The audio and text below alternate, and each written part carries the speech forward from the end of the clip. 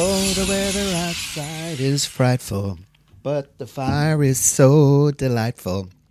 And if there's no place to go, let it snow, let it snow, let it snow. Hello, love. Well, hi, darling. Well, it's you. It's me. It's yourself. So the episode this week, Yeah. I appreciate that you are still, what's the word I'm looking for? Rebuilding. You are still rebuilding, and you are cooped up. Convalescing. You are cooped up at home. I'm like a turkey. 200 degrees centigrade, and you only prod her until Well the juice is run stuffed. clear. She makes lovely gravy. But I have been out recently on a number of Christmas nights out. Look at you. I know, and I don't want to rub it in, but you're not a stranger to a Christmas night out No, yourself. I'm not. I've always, Christmas nights out, I'm normally the entertainment. We are normally the entertainment. Indeed. So I thought, well, what about we have a little bit of a chat and we share some of our insights into our Christmas nights out. Yeah. Work related, working them, being part of Whatever the Christmas part, night yeah, out. yeah. Just see where the conversation takes us. What do you reckon? Aye, go for it. I love it. Well, over to you, Legsy. Let me ask you this. What's the most memorable staff night out you've ever attended? The most memorable one that really jumps out was I used to work for an IT company years ago. Okay. And we went to, it was then the Ramada Encore. Oh, yeah. Which is just up from where Mint used to be, which is now Aye. Common Market. It's the one on the I corner. remember, yes. And that was a Christmas night out with ones from work, and we done karaoke. Standard. We done karaoke, and I had asked Pauletta and B. Bobby Duffy to come round as a surprise, and would they just stand behind me and would they do like a dance routine for me while I done karaoke? Because it was the idea of the Christmas night out, it was very clinical. It was just like, we're just going to sit down and have our meal.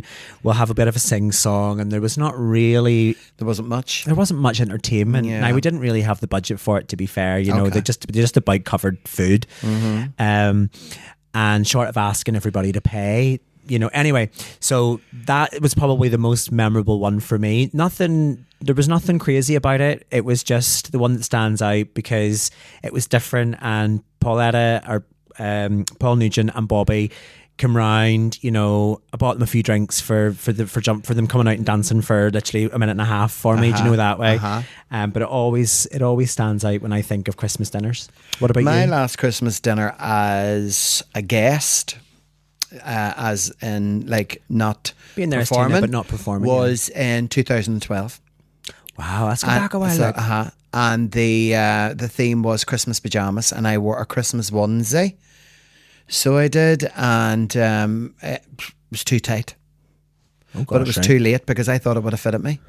Okay. And it was probably the most uncomfortable night out I've ever had because my crown jewels. Luckily, I'm an experienced tucker. Now you have to explain what tucking is, because not everybody will know what that is. Tucking is a drag queen's go-to, because to get that desired female flawless front look, you've got to look really, really smooth, and what you've got to do is grab your meat and two veg, seeing as we're talking about Christmas, and you got to pull it right back. And then you kind of sort of close your legs, and then they rest up at the back until they're comfortable. And then you grab a thong, and then you pull it up, and then you grab it around the back of between the cheeks of your bum. Give yourself a kind of a wedgie, and then you wait, and then you release. And then they're there. And that's what I had to do for that Christmas night out. Do you use tuck tape? No. I was born lucky. I was born lucky, love. You know what I mean? And that's what I had to do. But every other Christmas after that, I've been at multiple Christmas dues, but they were never mine. Do you have a memorable Christmas? Oh my God, yes. Christmas do that you've performed at? Yes. Union Street, I think it was like 2017, 2018. Walked in, 20 men, gorgeous looking fit men, flew from England, Yorkshire. Wow. They were firemen. Oh. and all the girlies and everybody was kind of feeling a wee bit intimidated. I was in my element. And I will never forget. Now, you know what I'm like when I love to perform. I go down early. I was over chatting with them. I was having the banter with them. They were knocking the beers back. We were having arm wrestles. We were doing, and this is before the show started. And we were having the crack, and the music was on, and it was pumping. And I was like, right, lads. And they were like, right, Tina. Now, a couple of lads got up and they sang. They were brilliant. They were fantastic. I loved them. And everybody, once that barrier of communication was broke down by myself, people were walking past going, oh my God, they're lovely. Oh my God, here. But nobody decided to go over and say, well, where are you from, you know? I was straight in. I handbag in the middle of the table. Right, lads, where are we from? And they were from Yorkshire. But one of their friends had been over. He was on a stag weekend 3 months previous, and he loved it that much. He told all the boys in the station. So they booked flights. Wow. To come to Christmas Tioki. Wow. And they all landed over. And what did I do? I said, right, boys, got a challenge for you. And they were like, right. And I said, now, these, ladies and gentlemen, these are lifesavers. These are firemen, and they put their lives at risk, and they're in a gay bar. And I'm just wondering, will they reciprocate to the challenge? And they were like, right, okay. So I made them all stand up and put them all in different positions. And I said, right, okay. You're used to climbing up a pole. You're used to sliding down a pole. When we call 999, I'm going to play this song, and you're gonna follow me. And it was Monty Python. Phil Monty, you thinking of? Phil Monty. Phil Monty. Okay. And I said, whichever one of you goes the whole way will get a big, massive bottle of champagne. Was this like Hot Stuff You by Donna can Summer? leave your head on. Yeah. And they did it. Wow. And because one was going, he took his the other one took his t-shirt off, the other one took his shirt off. They were doing the belts and all, and then the next thing the jeans and all come down, the trousers come down, and then the next thing I was all more, and everybody was screaming and yelling. And the next thing, one just put his hand over his meat and two veg, down with his underwear, and that was it. And the place erupted. That was one of the most enjoyable shows I've ever done in all my years. It was, those boys were amazing. You've got a real knack for that. So you've got a real knack for that's getting my the crowd playground. going. Give me a microphone and a bunch of lads, I'd be in the middle of it and all, you know what I mean? And it was so good, it was so fun. And every now and again, you know, since then, you would have come back in 2s and 3s, and they would have been in the bar, and they would have been, well, Tina, and I recognise every single one of them. You know, that could have went one of two ways. I wish they had went the other way as well. No, what I was thinking there was it could have ended up as a Devonish. Oh God. But you know what? It just goes to show you, like, I mean, well, obviously that occasion there was completely different from anybody else. But that was my bestest. Wow. That's the one I will remember that I had. And Eddie McClay, the entertainment's manager, because it was videos, isn't it? I think I remember seeing the videos for that. The videos went up, and then the next thing, it was about 10 o'clock on the Monday morning, and I was just coming back from the gym, and my phone rang, and he goes, good morning. And I went, morning. And he's a bit like, you know, Charlie from Charlie's Angels. Nobody ever really saw him. Oh, yeah, It's just that distinct voice. Yeah. Good morning, Angels. And he was all, good morning, Tina. And I was all, good morning, Eddie. And he was, how in the name of good God, he didn't say that. Like, did you get 20 straight, absolutely stunningly beautiful firemen from Yorkshire to do the strip in the middle of the bar at 6 o'clock on a Saturday evening? And I was all, it's really easy. That's why you pay me. And he went, phenomenal. Phenomenal. You know, it was just that to me will stay with me forever. You know. So, like, I mean, that sounds like a really great Christmas night out. What do you think? Like, again, and I appreciate like you're sort of self-employed, but in your sort of idea, what makes like a really good Christmas night out for you? The people. It's definitely who you're going out with. I know when it's different when you work with people and you spend most of your time with them 5 days a week, 6 days a week or whatever, but it doesn't mean to say you're going to become very good social. So you mightn't click, you know, because everybody's different. Yeah. Everybody is really different. You need to be wary of that. Yeah. I remember we went to a Christmas barbecue once when I worked in the Royal, and not mention his name. And there was always that heightened tension between me because he lived with a man, I'd been with a man for the last 30 odd years, and they had a bought house together, but they were just friends. Now I was out. And I know he always held that against me. So this big barbecue was happening, and even then he couldn't help but be rude to me. And I thought to myself, I could say anything I wanted right now, you know, because we are not in work, but I let him, and it got so bad that I just went, right, I'm going to leave now, and everybody left with me. Yeah. And I just thought to myself, do you know what, this is how sad you are, because you're looking at my life and thinking, why didn't you live your life the way I'm living my life? So, and then the next day when we were all turned to work and the girls and the nurses were like, are you okay? And I was like, yeah, I'm fine. I said, but he's like that all the time. And they were like, but that was pretty, it was really bad. Like, it was really severe, very, very ignorant. Him and his brother as well, who was even gayer than him.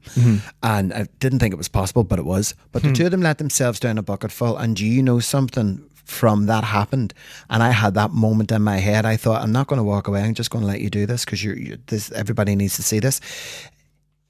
There was nothing left to say after that, because I think somebody had pulled him to the side and said, what you did was disgraceful. And he couldn't approach me, he couldn't speak to me, he couldn't look at me, he couldn't talk to me. Do you know what I mean? Yeah. What about the locations that you've been to? Like, have you been to any sort of weird and wonderful places for a staff night out, or even just as being asked to sort of work? Have you ever went anywhere? I remember we went to London once with all the ones from the Kremlin, and I missed the flight home. Of course you did. Yeah. Of course you did. So I stayed another night. Why not? Yeah. Why not? That was good. What about you? Because most of the places I've worked have been very corporate. Like, we tend to go to some random hotel most of the time, you know. Yeah. There are places that do like, I know Crumlin Road Jail would be an amazing setting. You know, the actual jail part itself would be a pretty awesome Christmas dinner kind of experience. Aye. You know, just in terms of the venue and stuff like that. And the food in there is good as well. But unfortunately, all of ours have been pretty sort of bored, you know, like just across the board kind of standard hotel. Standard. And it's kind of school dinners. Well, yeah, it's kind of like the same. The Christmas dinner is kind of the same as what you get at a wedding, almost. You know, that way they're all sort of like mass prepared, and you know, that kind of way. Exactly. But tell me this. Let me ask you this. Do you think staff nights out should be paid for by the employers, or should the staff contribute? Well, actually, I can tell you that I've worked in organisations where it's been contributed, and we also have to pay as a staff. So the organisation I work in at the moment, we have to pay for our own Christmas dinner. Okay. We don't get any contribution towards it at all. We were the same, yeah. And to be honest, like, I mean, and I know that some people might find that as a bit like but we're rewarded in other ways as employees. Certainly I am in the organisation I'm in. I'm rewarded in other ways. So I sort of just see that as well, they don't put the money into this, but they put the money into that. And, you know, it kind of, as far as I'm concerned, it kind of all evens out over the course of the year. Do you know that way? But it is nice to be on a staff night out and you've not really had to put your hand in your pocket as well. Yeah. You know, it kind of adds just to the night itself. Do you know that way? Oh, I do. But it's always nice when you don't have to contribute. Well, it is. And I suppose it can also be viewed as a nice way of feeling appreciated. Yeah. But like I said, that doesn't necessarily always translate, because I also feel appreciated because I've given that in maybe just a different way. Do you know that way? Yeah, I know what you mean. But here, you mentioned earlier on about sort of like, you know, people at Christmas dinners. There's always characters, isn't there? Oh, God. Always characters. There's always a show off. Okay, so explain some of the characters. See how many we can sort of rhyme off. So you've always got the show off. You've always got the one who turns up the latest. There's always that one who everybody will start, will go ahead, will wait, and they're not replying to text messages, not replying to phone call. That is the height of ignorance. I find that really, really annoying. Totally disrespectful. You've always got the one who gets the drunkest the quickest. Yes. So you do. But I like the one who you see out of uniform that walks in and you instantly start to find them attractive. I like that one, you know, that unsurprising. They take their glasses off and it's like a Clark Kent from sort of Superman idea, isn't it? It's like your glasses are off, you've got your contacts in. And the hair's fixed and they've got gorgeous perfume on and you're like, hi. We always have we have all of those characters, but then there's always like the most senior member of the staff, like the big boss, And whenever they're out of the office, you see them in a completely different light. Absolutely. Where they're actually, they can sort of let their hair down a bit and, just sort of relax, and they're sort of, cracking funnies and things that, that side of their personality that you may never kind of see. Yeah. And then you always have the over enthusiastic dancer. I'm pretty sure that's me, by the way. Yeah, that's you, love.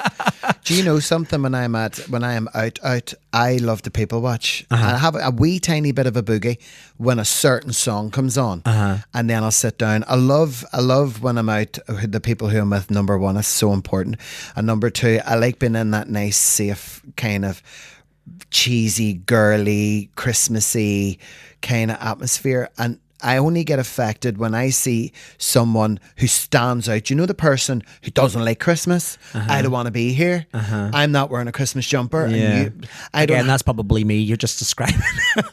Well, apart from that, I don't want to be here part, but I don't want to wear a Christmas jumper. I don't want to put the Christmas hat on from the cracker. See, that to me is like, it's just once. It's just once. Shut up and put it on.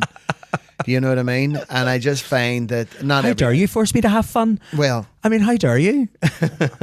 Hurry, dare you? But I think, you know what I mean? If you're going to do it all. It's only one night. You can take it off halfway through, for crying out loud. Shut your peephole. You know? All right, ma, all right. Here, tell me this. Have you ever had an awkward moment at a staff night out? Oh, God. I probably have, to be fair. I've probably too. done that oversharing thing where I've just sort of ran my mouth a bit, and I know. you know how I never do that. Yeah. You know, where brain sort of doesn't engage mouth just runs off, and I probably said the wrong type of thing. Aye. How do you recover from that? Well, I always own it, because what can you do? Like, I've said it. Like, I have the fear the next day. Like, you? always have the fear the next day where I sort of panic and think, well, what did I actually say last night? Yeah.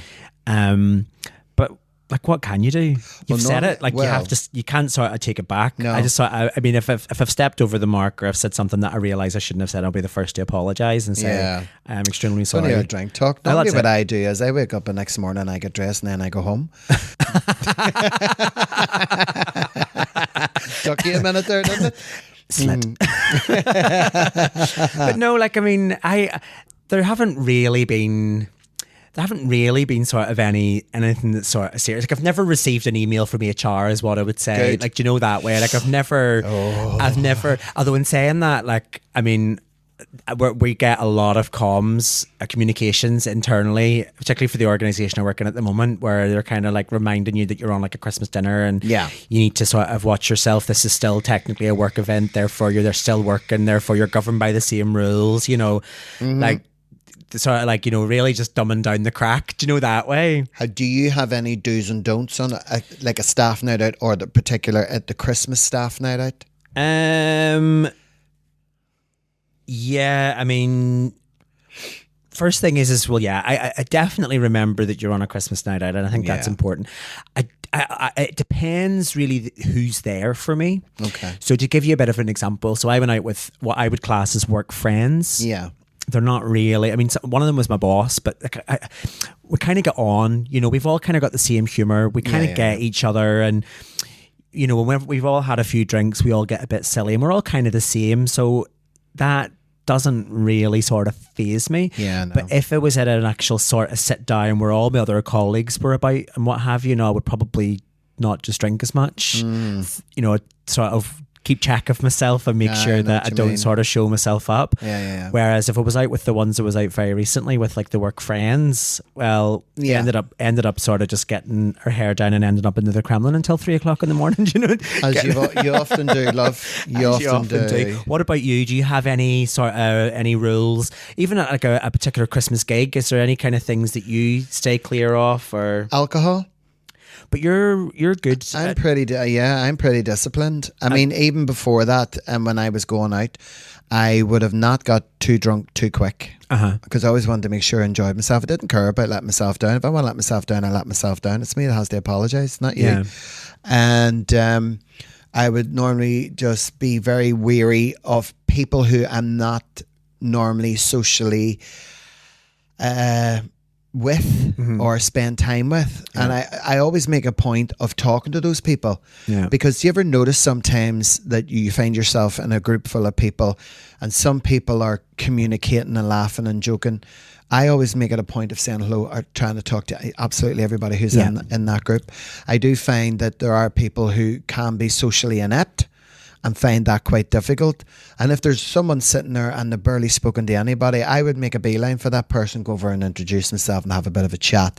And if I don't get anything back, they want to be left alone. Yeah. And if they do, and then they start to come around a wee bit, that's all it took was like 5 minutes of, well, are you enjoying yourself? What are you drinking? Okay. Oh, that's good. And are you with somebody, or just generally, making sure that they're okay and they're happy enough? Because there's nothing worse than being in a room full of people who are having the best time and that one person sitting there just feeling completely and utterly alone.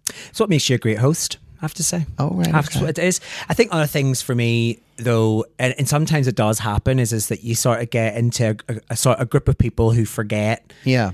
And as the drinks flow, lips start to become a bit loose. And as I mentioned already, I am an oversharer anyway. That's just the type of person that I am. And I like to think mostly I'm open, unfortunately. But there is that sort of risk as well of office gossip and trying not to engage in the office gossip. Do you know that way? Don't. And again, if I'm depending upon the company that I'm in, trying not to be that oversharer, don't saying something that you have to apologise for the next day. Yeah, because someone will say, well, did you hear what such and such said and such and such said? And if you make a comment, it's like, no, it wasn't. It was Glenn who said that. But you're roped into some level of drama. And you didn't even know because you thought it was a passing conversation or just a comment, but it was you who said that. You know what I mean? But this is the thing: you don't want to attend, like a Christmas dinner, and then that to ultimately impact on like a workplace relationship. Do you know that way? Absolutely. Like it's and that's, I think that's where employers in general. Going back to what I said earlier about that horrible night that I had, and it was a night out, and it was like a Christmas barbecue thing, and it was almost instant when I arrived. Yeah. It was almost as it had, like, he had prepared for this. And, but something inside me said, don't leave yet. Yeah. And because I was ignoring what was being said to me, it was then being shouted at me. And it's definitely impacted not only the relationship that I had with him. I'd taken him to the union several times.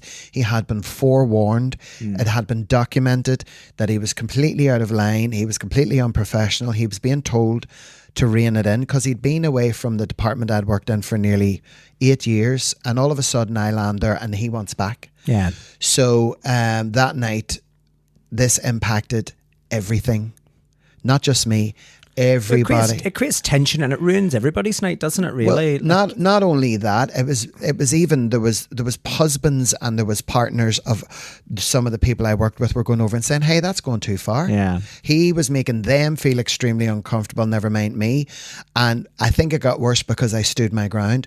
The impact it had was that forever, the next day in work, no one looked at him in the same way. Mm-hmm. And it can be kind of damaging. But then let's flip that around. Sometimes you end up, sitting beside somebody that you've never met before. Yeah. Or that you've maybe just sort of seen them about the office or, about the workplace. You end up chatting to them. Yeah. And actually you form a bond there that you never really knew that could exist or should exist before, and you actually make friends. Yeah. So it can kind of work both ways, can't it? Although, just funny story about then it's sort of like how it can impact relationships. I was at a party a couple of years ago and we were all given our Christmas crackers, and this was a member of the team who had pulled a Christmas cracker and inside it there was crayons. Okay. Now these are adults, by the way, just keep that in mind, and they started to draw penises on the actual white linen on the table. And the way that the Christmas dinners typically work is that the most senior person there is responsible. And of course, that put that person and the senior member of staff into a real precarious situation whereby they were responsible for the actions of this.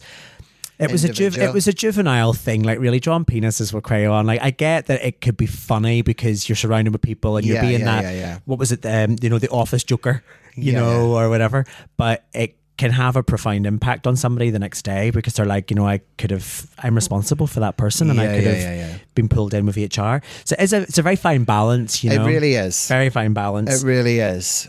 But do you think, like, have you seen it, like, from all the sort of gigs that you've done over the years, Tina, have you seen like the trend of office parties or just Christmas nights out? Have you seen those kind of things change? Yes.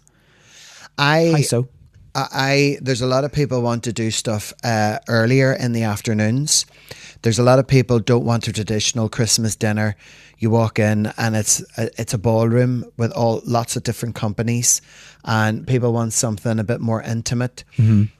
And they'd rather not have the full traditional Christmas dinner. Yeah. They may want just part of that, but more entertainment, so that they can enjoy their drink more, they can enjoy the entertainment more, not feeling as bloated. And I think because for such a long time it was at Christmas, it was a system, and it was a routine that you followed. You sat down and you had all these servers coming out with the roasties and the creamies and the meat and the gravy, and then the band came on. Where now it's evolving to Christmas brunch. Yeah. Christmas game show, Christmas cabaret. Yeah. All those different little things are starting to filter through now, and people do definitely want something different. And a lot of people would prefer to go out early, to get home early. Do you think though that that's because people are now less reluctant to spend their time doing things for the office? They would rather go out during office time. Do you know what I mean? And I think I certainly would feel that way. I mean, I'm quite happy to go out because I turn up to the opening of an envelope, as you know.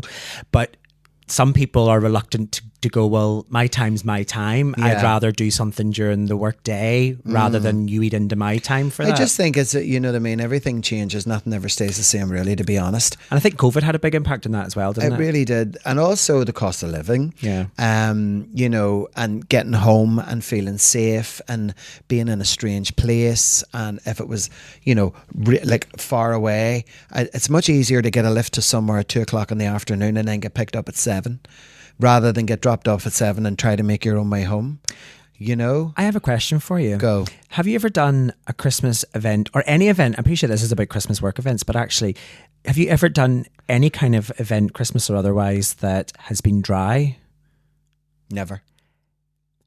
Isn't that, I've never really thought about that before, Never. but Not yet. I'd be really keen to understand your views. Well, no, just your views and the type of the audience and how that would work for you versus, because with a drunk audience, like, the longer the night goes on, the more loose they get. Smart, Whereas if it was a dry audience, would you have to work 5 times as hard? Probably not, because you're Not awesome. necessarily. It just depends on the type of people you have in and who's sitting in front of you and what they're up for. Yeah. If they're really engaging, alcohol does help, yes, but it doesn't matter to me. An audience is an audience, and they've paid to be entertained, and that's exactly what I'll do with them. So dry or not, it works for me. Yeah. It really does. Indeedy. So here, let me ask you this. What is your best advice for making the most out of a Christmas staff night out? I think the best thing for making the most out of it is be open to having fun. Yeah. You're never going to find an event that suits everybody. Yeah. I know from organising large groups of people that you're never going to find a date that works for everybody. You're not going to find a venue that works for everybody, that serves the right kind of food that everybody wants. That's true. Don't put too much pressure on organising a staff night out. A staff night out, for the people who want to go, will make the time to be there. If they cannot make the time to be there, then don't sweat it. Yeah. Do something that is fun. It doesn't always have to be around alcohol, because more and more people are choosing not to do alcohol nights out. They want to do alcohol-free nights out, so you can do different things. Yeah. Some form of entertainment is always a good shout. Drags to Riches, just saying. Or Crazy Bingo. Crazy Bingo or G&T Karaoke. That's it. Couldn't get it out there. That's just a couple of advice tips that I would have. What about you? Do you have any sort of... I just think generally... number one, for any advice I would give anybody going on a Christmas night or a night out, stay as safe as you possibly can. If it's somewhere you've never been before, Google it. See how far it is away. Do your homework. If you're going to go out with a friend, stay with that friend, and try and arrange alternative transport if you can. Always approach a member of staff when you're out. In the event if you feel nervous or someone's making you feel vulnerable or apprehensive, no matter what state you're in, if you feel that you need help or assistance, that's what the bar staff, the floor staff, the door staff are there to do. Don't be a raven. You might have got something wrong, but don't be a maniac about it. I know drink changes people and it can make you feel a certain way, but always, be kind when you go out. Stay safe and have a really, really good time. Try to be a little bit sensible. Of course, want you to enjoy yourself. Of course, let your hair down and go a wee bit bucked aft. But I think Christmas night out, whatever night out you're going to have, and especially if it's people you work with, bear that in mind because you have to face them the next day. Definitely. And do not get into the car after having a few drinks. Yeah. Do not get in the car with a strange man if he's got sweeties. Another thing, by the way, if you do find yourself on a Christmas night out, either work related or otherwise, and you feel uncomfortable, there is, and if you don't feel that you can leave, you can always ask for Angela. Most bars run this now. Yeah. So if you are in a situation where you feel uncomfortable and you don't know how to get out of it, ask for Angela behind the bar, or ask for a bit of paper till receipt and write a message to the person at the bar or something like that. Just make somebody aware of it. I've seen that. Stay ask safe. for Angela. You go to the bar and you ask for Angela, and if they don't click on as to what it is, you ask for the manager. Yeah. And then when the manager comes down, the manager should know who Angela is, and then they will escort you to a safe place. Yeah, absolutely. Yeah. Well, look, Lexi, we're out of time. We are. Unfortunately, that's all the time we have. But thank you so much. You're more than welcome, honey. Great chatting to you as per usual. Till next time. Chin chin. Thanks for tuning in to this episode of G&T Sips and Giggles. If you've enjoyed our conversation, then don't forget to share it with your friends, and why not subscribe to the podcast so you never miss an episode. Your reviews mean the world to us and really help others find the show, so please take a moment to leave one, but be kind. If you'd like to support the podcast, why not consider joining us on Patreon? For the cost of a drink a month, you can listen to episodes early, access exclusive digital content, and get discounts to upcoming G&T shows. Your support helps us keep the conversation flowing. Cheers, we'll see you next time. Chin chin.